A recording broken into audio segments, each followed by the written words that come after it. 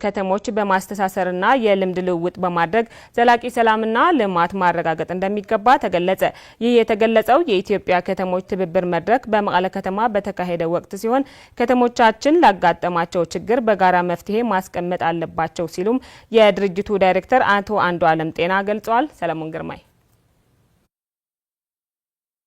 የኢትዮጵያ ከተሞች በትብብርና በመተጋገዝ እንዲሰሩ የሚያደርግ የልምድ ልውውጥ መድረክ በኢትዮጵያ ከተሞች ትብብር መድረክ አዘጋጅነት በመቀለ ከተማ ተካሄደ። በመድረኩም የትግራይ ከተሞች ከንቲባዎችና የመዘጋጃ ቤት ኃላፊዎች ስልጠናውን የወሰዱ ሲሆን ከጣቢያችን ጋር ቆይታ የነበራቸው የኢትዮጵያ ከተሞች ትብብር መድረክ የአቅም ግንባታ ዳይሬክተር አቶ ዘሪሁን ወርቅነህ የመድረኩ አስፈላጊነት ከተሞች እርስ በርሳቸው እንዲደጋገፉና አገልግሎታ ቸውን እንዲያዘምኑ ወሳኝ ሚና እንዳለውም ገልጸዋል። የትብብር መድረኩ የተቋቋመበት አንደኛውና ዋነኛው ዓላማ ከተሞች እርስ በርስ ተሞክሯቸውን እንዲለዋወጡ እርስ በርስ እንዲደጋገፉ ለማስቻለው።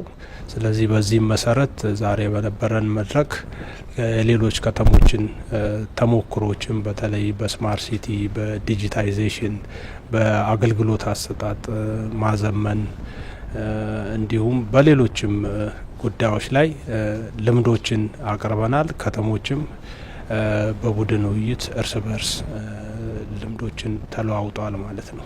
የኢትዮጵያ ከተሞች ትብብር መድረክ ዳይሬክቶሬት አቶ አንዱዓለም ጤና በበኩላቸው ከተሞቻችን ሀገራዊና ዓለም አቀፋዊ ተሞክሮችን እንዲለዋወጡ ታልሞ የተዘጋጀ መድረክ መሆኑን በመግለጽ የከተማ አስተዳደሮቹ የጋራ ችግሮች ባጋጠሟቸው ቁጥር የጋራ መፍትሄ ለማስቀመጥ አመቺ ሁኔታ የሚፈጠር መሆኑንም አመላክተዋል። ከተሞች እንግዲህ በነዋሪዎቻቸው ምቹ ከተማን ከመፍጠር አንጻር ለሚያደርጉት ጥረት የትብብር መድረኩ ደግሞ የራሱንም አስተዋጽኦ ያበረክታል። የሚያበረክትበትን መንገድ አንደኛው ያው ለአፈጻጸም ተግዳሮት የሆኑባቸውን ጉዳዮች ወደ አንድ ቴብል በማምጣት እንዲወያዩ የመወያያ የመመካከሪያ መድረክ በመፍጠር እንደዚሁም ደግሞ ከሌሎች አህጉራዊም ዓለም አቀፋዊም ተሞክሮዎችን በማስተሳሰር የመማማሪያ ልምድ መለዋወጫ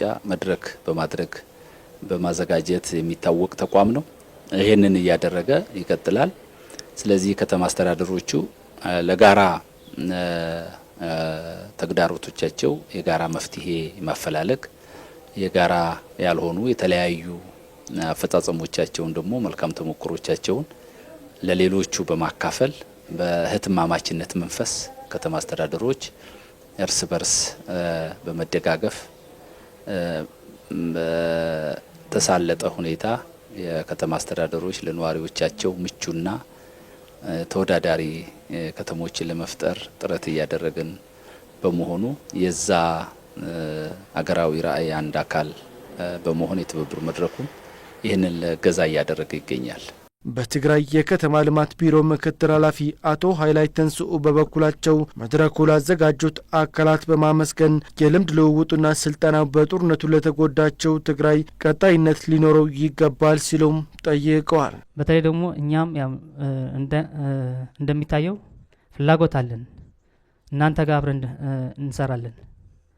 እናንተ ጋር አብረን ስንሰራ ፍላጎቱ እያያችሁ ነው። ከተሞችም ጨምረዋል።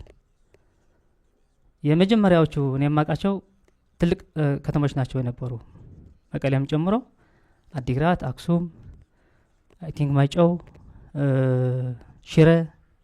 ከዛ በኋላ እየጨመሩ ሄዱ። ወደ 30 ይሆናሉ። አሁን ደግሞ እኛ ጋር ያሉ ወደ 24 ከተሞች አሉ። ከ24ቱም ኦልሞስት 21ዱ ወደዚህ ገብተዋል። ስለዚህ ትልቅ እድል ነው። ለኛም ትልቅ እድል ነው፣ ለናንተም ትልቅ እድል ነውና ተጋግዘን እንደምንሰራ አሁንም ለቀጣይም ጥያቄዎች አሉን። ለቀጣይም ስልጠና እንፈልጋለን። የልምድ ልውውጥ ያስፈልገዋል። በሀገራችን ውስጥ ከሀገራችን ውጭም ኤክስፖዠር ይፈልጋል። ያው ባለፈውም እየተደረገ ቆይተዋል። አንድ አይ ቲንክ ካልተሳሳትኩ 4 ከተሞች ምናምን ከንቲባዎች ሂደዋል ኤክስፖዠር ማለት ነው። ጥሩ ተሞክሮ ይዘው ነው የመጡት። ይሄ እንደሚቀጥል ያው ተስፋ አደርጋለሁ። የተገኘውን አንጻራዊ ሰላም ዘላቂ በማድረግ የትግራይ መልሶ ግንባታ ስራዎች